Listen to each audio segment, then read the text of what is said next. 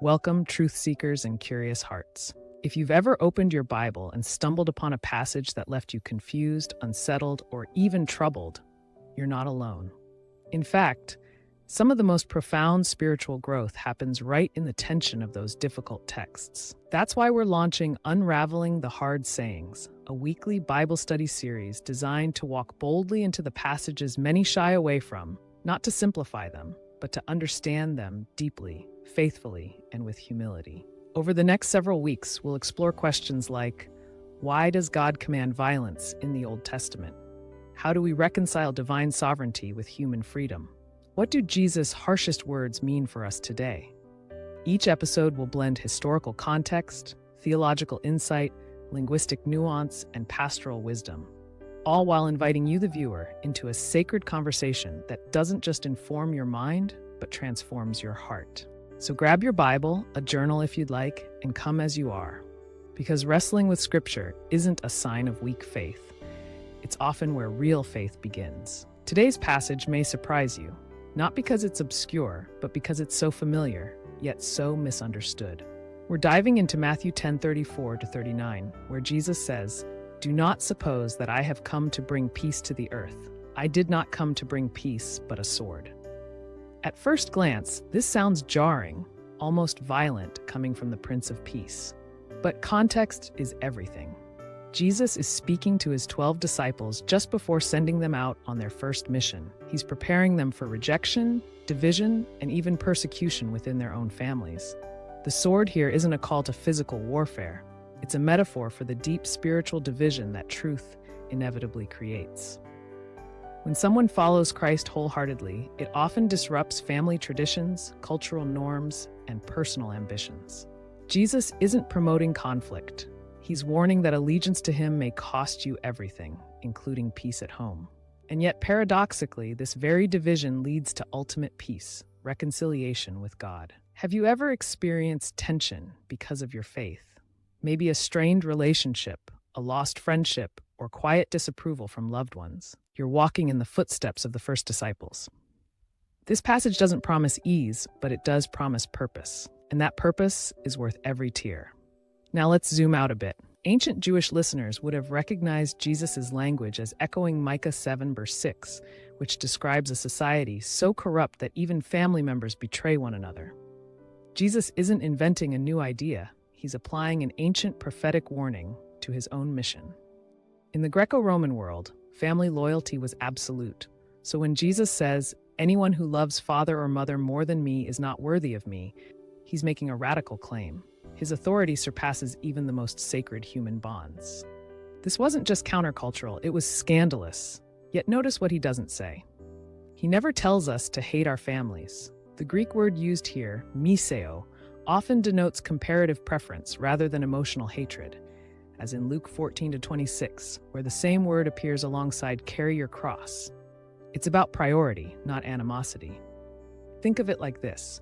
If your house is on fire, you don't stop to admire the furniture. You run to save your child. Jesus demands that kind of urgent, undivided loyalty. Not because he's harsh, but because he knows that half-hearted devotion leads to spiritual shipwreck. So ask yourself, what holds my heart more tightly than Christ? Is it comfort, approval, security? The answer might reveal where your true sword lies. Let's pause for a moment. I want you to imagine standing at a crossroads. On one path, everything stays comfortable. Your beliefs stay private, your relationships remain undisturbed, and life flows smoothly. On the other path, you follow Jesus openly, even when it costs you. Which path feels safer? Which path feels truer? Don't rush to answer. Sit with that tension, because that's exactly where Jesus wants us. He doesn't offer easy answers. He offers himself. And in doing so, he invites us into a deeper kind of peace. Not the absence of conflict, but the presence of purpose. Now, here's something vital. True discipleship always involves a death to self. As one faithful writer has observed, the religion of Christ means much to him who receives it. It means crucifixion of self. It means taking up the cross daily and following Jesus in the path of self-denial and self-sacrifice. This isn't about earning salvation, it's about surrendering to the one who already saved us. When we place anything above Christ, even good things like family, we've made an idol. Jesus' words cut through that illusion like a surgeon's scalpel. Painful? Yes. Merciful? Absolutely. Because only truth can set us free. So, if this passage unsettles you, lean into that discomfort.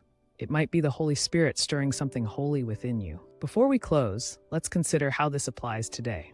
In a culture that prizes tolerance above truth, following Jesus publicly can feel increasingly isolating. Maybe you've been mocked for your beliefs at work.